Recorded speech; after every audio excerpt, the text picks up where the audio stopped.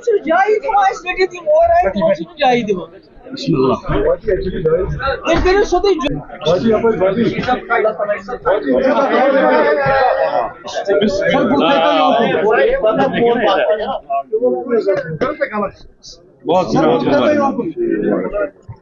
کوئی بات نہیں کر لیں گے. چلیے ایک منٹ کھڑے ہو.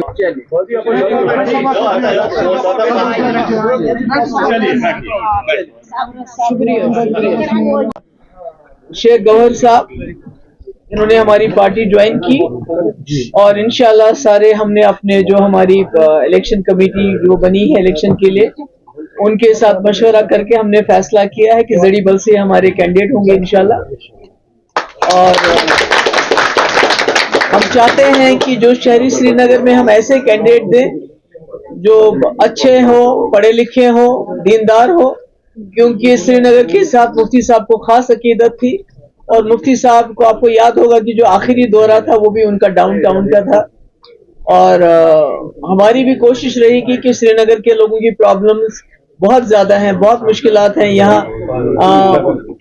غریبی بھی بہت ہے, ایک ایک گھر میں 4 فیملیز رہتے ہیں. اس کے لیے بھی مفتی صاحب کا ایک پروگرام تھا کہ ان کو باہر لے جائیں گے, مگر اب ہمارا اگر انشاءاللہ ہماری سرکار بنی تو وی ول گو ورٹیکل, کہ جہاں ہم بناتے ہیں میرج ہالز بناتے ہیں, دوسری چیزیں بناتے ہیں, تو میرج ہالز کے ساتھ ساتھ اگر ہمیں جگہ ملے گی تو ہم بڑی بڑی بلڈنگز بنائیں گے, فلیٹس بنائیں گے, جہاں ہم یہ جو گھر میں جو ان میں کنجیشن ہے اس کو دور کریں گے. اور شہری سری نگر میں بے روزگاری بھی بہت ہے, گاؤں میں ہمارا رہبر تعلیم ہے, باقی سکیمز ہیں. کوشش کریں گے سری نگر کی جو مفتی صاحب کا جو ایک ارادہ تھا سری نگر کو لے کے, اس میں مجھے لگتا ہے گورنر صاحب جیسے جو ہمارے لوگ آج جوائن کر رہے ہیں یہ بھی ہمیں شہری سری نگر کو ڈیولپ کرنے میں پورا اپنا رول ادا کریں گے. میم جس پرکار سے کل سے جو خبریں آ رہی ہیں شبیر شاہ کو ریلیز کیا جائے گا, انجینئر رشید کے حوالے سے بھی آج سنوائی ہو رہی ہے, تو آپ کا کیا ریئیکشن؟ بہت اچھا ہے. میں تو کہتی ہوں کہ آپ کسی کو لوگوں کو جیل میں بند کر سکتے ہو پر خیالات کو جیل میں نہیں بند. خیالات کی جنگ ہے جمہوریت میں, خیالات کی جنگ ہوتی ہے اور جو خیال بیٹر ہوتا ہے وہ پریویل اپون ہوتا ہے. تو اس لیے میں سمجھتی ہوں کہ بہت دیر کر دی. انجینئر رشید صاحب کو بھی ریلیز کرنا چاہیے, شبیر شاہ صاحب کو بھی, اور بھی جو ہمارے جو جیلوں میں جو ہمارے لوگ ہیں تو جن کو وہ کہتے ہیں کہ ضمانت تو ملنی چاہیے, ضمانت بھی نہیں ملتی. اب بہت افسوس کی بات ہے. تو مجھے امید ہے کہ ان کو ریلیز, اور بھی جو ہمارے اس کے علاوہ جو ہمارے نوجوان ہیں جو کوئی نامور لوگ نہیں ہے, عام نوجوان ہمارے جیلوں میں بند ہے اور ملک کے جیلوں میں بند ہے, ان کی حالت بہت خراب ہے. ان کے ماں باپ بہت غریب ہیں, وہ وہاں تک جا بھی نہیں سکتے ہیں. تو میں کہتی ہوں گورنمنٹ آف انڈیا چونکہ الیکشن کا پروسیس شروع کیا آپ نے, آپ بار بار کہتے ہیں کہ ہم جموں کشمیر کے لوگوں کے ساتھ ریکنسیلیشن چاہتے ہیں, تو میں کہتی ہوں جیلوں کے دروازے کھول دیجئے تو ریکنسیلیشن کا ایک سلسلہ شروع ہو جائے گا. تھینک یو سو مچ.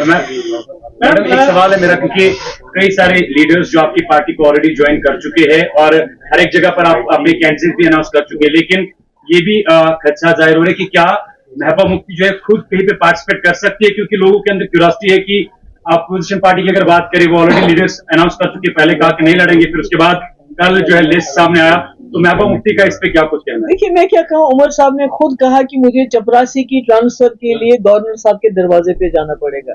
مجھے چپراسی کی ٹرانسفر کی فکر نہیں ہے, مگر میں وہ وزیر اعلیٰ رہی ہوں جس نے بی جے پی کی سرکار کے ساتھ سرکار چلائی, 12,000 نوجوانوں کے FIR واپس لے. کیا آج آپ ایسا کر سکتے ہو؟ میں نے as a chief minister Modi کے ساتھ سرکار بناتے ہوئے سیپریٹسٹ کو خط لکھا, دعوت دی, بات چیت کی. کیا آپ ایسا کر سکتے ہو آج؟ میں نے سیز فائر کروایا, کیا آج آپ کر سکتے ہو؟ میں نے پورے ملک کی لیڈرشپ کو لایا اور حریت کے دروازوں پہ گئے وہ کہ آئیے بتائیے ہمیں کیا ہے. تو میں نے بہت ہی پاورفل چیف منسٹر رہی ہوں, میری اسمبلی بہت پاورفل تھی, ہمارے پاس ریجوڈیٹری پاورز تھے. تو آج خدا نہ خواستہ ایک میونسپلٹی کا انہوں نے شکل دے دی ہماری اسمبلی کو کہ آپ کوئی قانون پاس نہیں کر سکتے ہیں, بقول عمر صاحب آپ ایک چپراسی کی ٹرانسفر نہیں کر سکتے. میں تو کہتی ہوں اگر میرے پاس کل کوئی آئے گا کہ نوجوان بے گناہ بند ہے اس کو چھوڑنا ہے, جب میں اس نوجوان کو نہیں چھوڑ سکتی ہوں جس نے 12,000 نوجوانوں کو FIR واپس لی. अगर आज वो चीफ मिनिस्टर बन के एक FIR वापस नहीं ले सकती तो फिर क्या करना है ऐसी चीफ मिनिस्टर को। शर्मा जी, कल जो डॉक्टर फारूक अब्दुल्ला ने अवंतीपुरा में बयान दिया है कि आर्टिकल 370 की बहाली को 100 साल लग सकते हैं, तो हाउ वुड यू रिएक्ट? नहीं देखिए, मैं तो फारूक साहब का आपने उनसे पूछना चाहिए था कि उन्होंने ऐसा क्यों कहा। मेरे ख्याल में नाउमीदी कुफर है और PDP बड़े मसले के लिए लड़ रही है। जैसे आपको पता है कि PDP वाहिद एक जमात है जो एजेंडा लेके आती है उसको इम्प्लीमेंट करती है। जब हम 2002 में सरकार बनी, हमने कहा था हम पोटा खत्म करेंगे, हमने किया। उसके बाद हमने बोला हम रास्ता खोलेंगे, हमने खोले मुजफ्फराबाद रावलाकोट। हमने कहा हम बातचीत कराएंगे, तो वाजपेयी जी की बातचीत, LK अडवाणी की बातचीत हमने हुर्रियत के लीडरों से कराई। तो हम तो अपने एजेंडे पे चलते हैं और आज भी हमारा एजेंडा है कि मसले कश्मीर मसला है, उसको आप इग्नोर नहीं कर सकते। तो उसको हल करने के लिए जो 370 है उसको भी रेस्टोर करना बहुत जरूरी हो जाएगा। एनसी और कांग्रेस की अलायंस के बाद, एनसी और कांग्रेस की अलायंस के बाद PDP का इस आने वाले इलेक्शन में क्या एक्सपेक्टेशन है? नहीं देखिए, हम तो हमेशा अकेले लड़े हैं। 99 से जब से हमारी जमात बनी है, हम तो हमेशा अकेले लड़े हैं और लोगों के सहारे लड़े हैं, लोगों को की तकलीफें दूर करने के लिए लड़े हैं। मैं तो कांग्रेस में थी, CLP लीडर थी, मुफ्ती साहब मेंबर पार्लियामेंट थे। तो हमने छोड़ के एक ऐसा प्लेटफॉर्म PDP बनाई जिसका काम है, जिसका बेसिक एजेंडा है जम्मू कश्मीर को एक बाइज्जत दौर में लाना, एक पीस विद डिग्निटी देना। तो हम उस एजेंडे को लेके चले। हमारे साथ कोई चलता है नहीं आता है, लोग हमारे साथ होने चाहिए। चुनाव में आ रहे हैं, उनका वेलकम किया जा रहा है, लेकिन दूसरी ओर अगर हम देखें एम्प्लॉइज को नौकरियों से निकाला जा रहा है कि आपके पिता या आपके कोई रिलेटिव थे वो मिलिटेंट। बहुत गलत है। वही तो मैं कह रही हूँ कि लोगों को जेलों में बंद करना, एम्प्लॉइज को बिला वजह नौकरियों से निकालना, उनसे ये हक भी छीन लेना। वो अदालत में जाएंगे तो डर लगता है उनको कि हमें जेल में न डाल दें।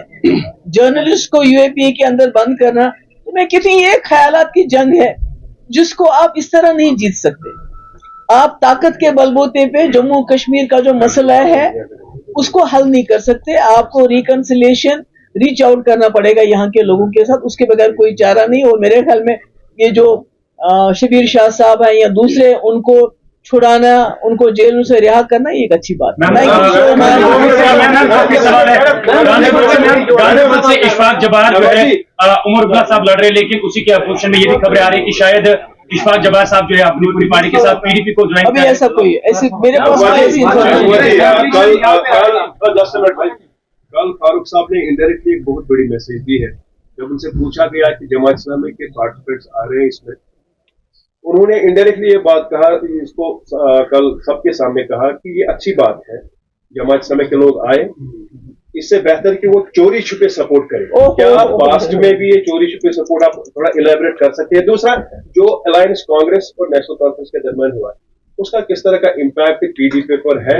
क्योंकि कल थोड़ी सी उसकी एक झलकी हमें पुलवामा में देखने को मिली। देखिए, पहली बात तो मैं ये कहना चाहूंगी कि जो जमात को लेके फारूक साहब ने बयान दिया है, तो मैं समझती हूँ कि ये कोई पहली बार ऐसा रिलेशनशिप नहीं है इनका।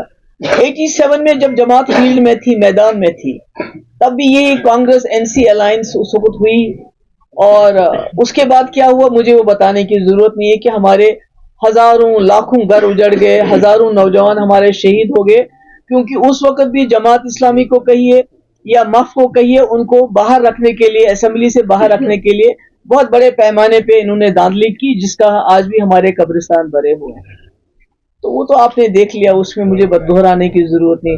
दूसरा, जहां तक कांग्रेस और NC की अलायंस की बात है, मैंने पहले भी कहा है हमारा एक एजेंडा है। जब भी हम अलायंस करते हैं, देखिए जब PDP ने कांग्रेस के साथ अलायंस की 2002 में, हमारा एक एजेंडा था कोटा खत्म करना, बातचीत करना, लोगों को जेलों से रिहा करना, जिसमें हमने गिलानी साहब को रिहा किया। आज आप सोच सकते हैं ऐसा, बड़े बड़े शबीर शाह साहब को, यासीन मलिक साहब को रिहा किया। तो हमारा एजेंडा था। उसके बाद जब हमने BJP गवर्नमेंट के साथ, BJP पार्टी नहीं, BJP गवर्नमेंट के साथ हाथ मिलाया 2014 में, हमारा बाज़ाब्ता एजेंडा ऑफ अलायंस था कि आपको 370 को नहीं छेड़ना, आपको एस्पा खत्म करना, आपको पाकिस्तान से बात करनी, आपको हुर्रियत से बात करनी, आपको पावर प्रोजेक्ट वापस करने, और भी कई चीजें थी उसमें, और रास्ते खोलने हैं। यानी उस वक्त भी हमारे पास एजेंडा था। तो जब भी कांग्रेस और NC की आपस में इनका अलायंस होता है तो ये कुर्सी के लिए होता है। तो अगर मुफ्ती साहब को कुर्सी चाहिए होती 2014 में नेशनल कॉन्फ्रेंस भी ऑफर कर रही थी, कांग्रेस भी ऑफर कर रही थी, तो मेरे ख्याल में अलायंस पीडीपी के लिए इट गोज बियॉन्ड पावर। जो हमारा एजेंडा वो सबसे ज्यादा जरूरी है, और अगर एनसी और कांग्रेस का जो आपस में मेल है वो एजेंडा के लिए नहीं, वो और आपको पता है एक मेरे ख्याल में एक हिस्ट्री है, जब जब पीडीपी और कांग्रेस जब हम मिले तो हमने लोगों के लिए काम किए, हमने लोगों को एक राहत दी, हीलिंग टच दिया।